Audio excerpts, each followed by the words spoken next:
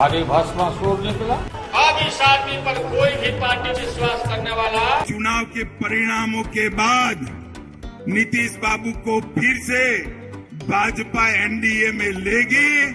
आप लोगों के लिए भाजपा के दरवाजे हमेशा के लिए बंद हो चुके हैं। नीतीश चाचा घोटालेबाज, नीतीश चाचा घोटालेबाज, नीतीश चाचा पलटीबाज पलटू राम नीतीश भाई जो राजनीतिक चरित्र रहा है ये जग जाहिर है, सबको पता है।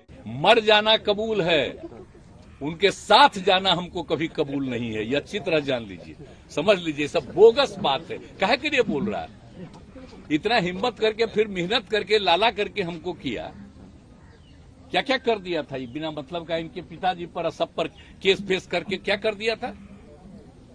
अब बिना मतलब का हमको ही करके, और उसके बाद फिर जो हम लोग खत्म किए, तब फिर कुछ करने के चक्कर में कि इन लोगों को कैसे इधर से उधर करे, यही सब चक्कर में, समझ गए ना? इनके आधे एमपी भाजपा के दरवाजे खटखटा रहे हैं और मैं पर एक बात स्पष्ट कर देता हूं, किसी के कि मन में ये संशय हो कि चुनाव के परिणामों के बाद नीतीश बाबू को फिर से भाजपा एनडीए में लेगी, तो मैं बिहार की जनता को स्पष्ट कह देना चाहता हूं और लल्लन बाबू को भी स्पष्ट कहना चाहता हूं, आप लोगों के लिए भाजपा के दरवाजे हमेशा के लिए बंद हो चुके हैं।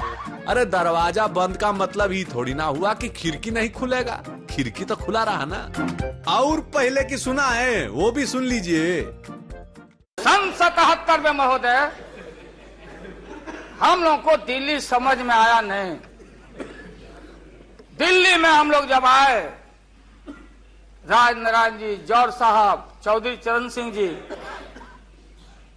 हम लोग उसी परिवार के लोग हैं महोदय, चाहे मुलायम सिंह जी हो और कोई हो या नीतीश जी उधर जो चले गए हैं।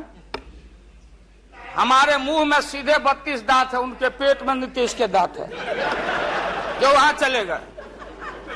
पेट में दांत, पेट वाला दांत बड़ा खतरनाक होता है। इसलिए नौबत हुई है कि ठीक नहीं चल रहा था, तो इसीलिए थोड़ी परेशान। आप लोग तो हमसे बहुत पूछ रहे थे, हम बीच में बंद कर दिए थे कुछ बोलना, तो हम देख रहे थे, तो वही सब लोगों की राय, अपने पार्टी के लोगों की राय, चारों तरफ से राय आ रही थी, तो हमने सब लोगों की बात को सुन लिया।